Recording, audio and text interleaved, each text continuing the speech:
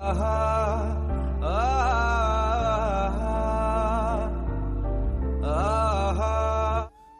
14 ফেব্রুয়ারি। অনেকের কাছে দিনটা খুব বড়, আবার অনেকের কাছে এটা একটা অভিশপ্ত দিন, আবার অনেকের কাছে কিছুই না। 14 ফেব্রুয়ারি মানে আমরা সবাই জানি এই দিনটার বিশেষতাটা কি।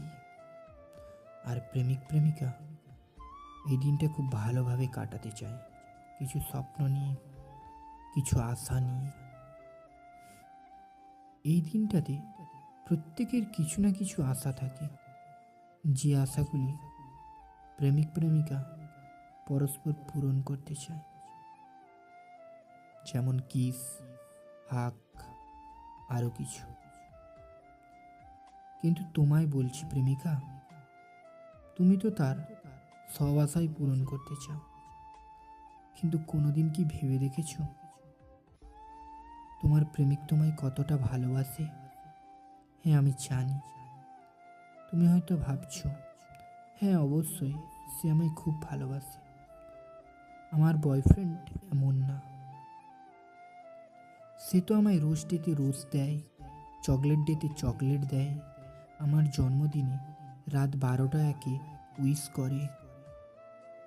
শোনো, এবার তোমায় বলি তাহলে, উইশ তো তোমার পাড়ার বন্ধুরাও করে, তবে তুমি তাদের আশা পূরণ করবে?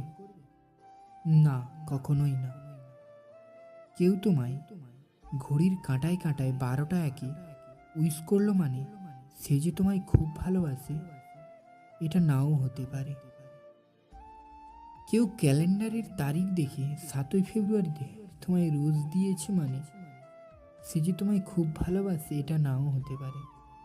প্রপোজ ডেতে কেউ তোমায় প্রপোজ করলো মানে এই না যে সে তোমায় খুব ভালোবাসে।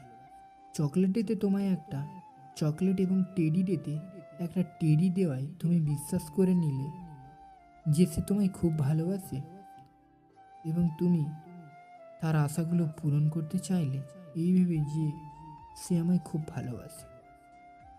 আরে শুধু যদি গোলাপ, চকলেট, টেডিতেই ভালোবাসা হতো তবে জন্ম হতো না অনাথ বাচ্চার।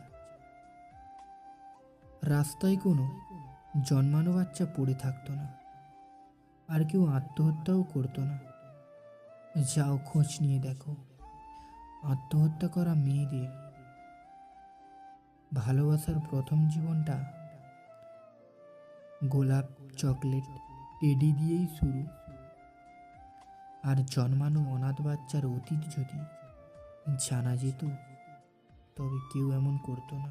আমাদের এই চ্যানেলের নতুন নতুন ভিডিওগুলি পাওয়ার জন্য অবশ্যই আমাদের চ্যানেলটিকে সাবস্ক্রাইব করে আমাদের পাশে থাকবেন এবং কমেন্টের মাধ্যমে আপনাদের মতামতগুলি জানান।